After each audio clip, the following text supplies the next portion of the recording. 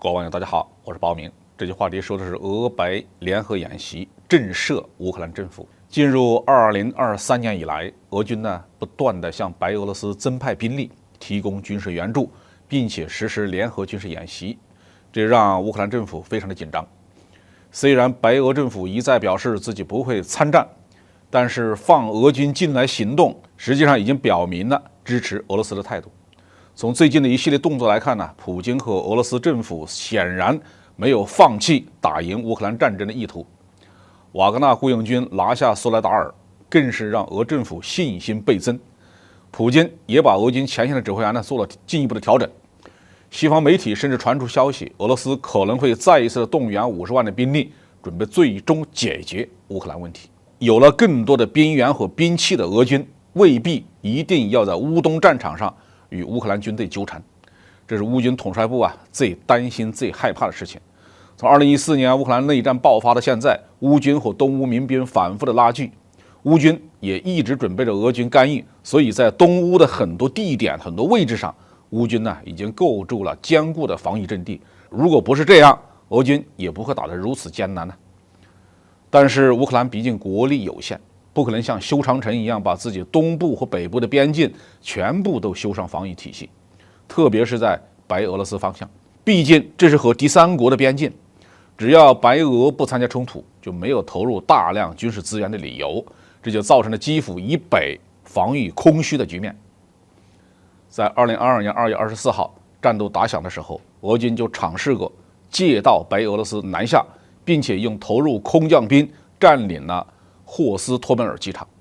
但是因为当时的俄军组织混乱，兵力投入不足，后勤车队过分的依赖道路，导致围攻基辅失败，被迫在4月6号撤军。乌克兰方面把这当作自己的一大胜利来吹嘘，但实际上是非常的后怕。如今乌军的主力基本上都投入到了东部战线，被粘在了东乌以及浩尔松。虽然乌克兰政府嘴上很硬，但俄军要是真的再筹集出几十万的人马来，再一次借道白俄罗斯从北向南突击基辅，这不是不可能的。从白俄边境到基辅只有100公里的路程，机械化的部队只要1天就能抵达基辅的外围。俄军经过1年的战斗，各种问题已经充分的暴露，在组织形态和战术技术上都有了一定的改善，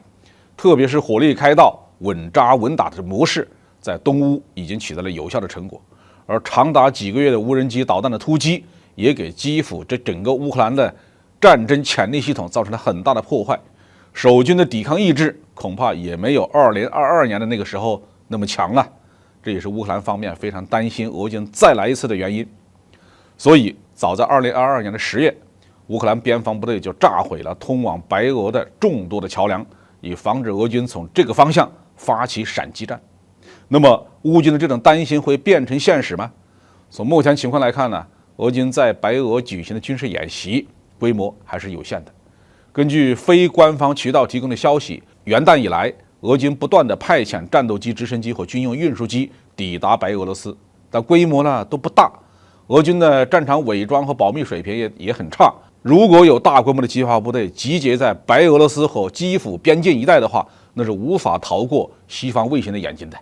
在过去的1年时间里面，西方商业遥感卫星就经常拍摄和发布俄军的动向，甚至能精确到基层部队，几十万人规模的调动那是藏不住的。所以从演习的实际情况来看俄军比较有可能做的是在白俄部署一定规模的航空兵部队，在白俄上空就能发射导弹打击基辅，或者是打击利沃夫州北约军援仓库。但是一力降十会，大力出奇迹。假如到了2023年的春夏，土地翻江季节过去，俄军就是公开把数十万大军摆在乌白边境，乌军也无计可施。以乌克兰的人口，已经很难继续扩大军队援俄来抵挡这几十万的俄军好，这句话题我们就说到这里。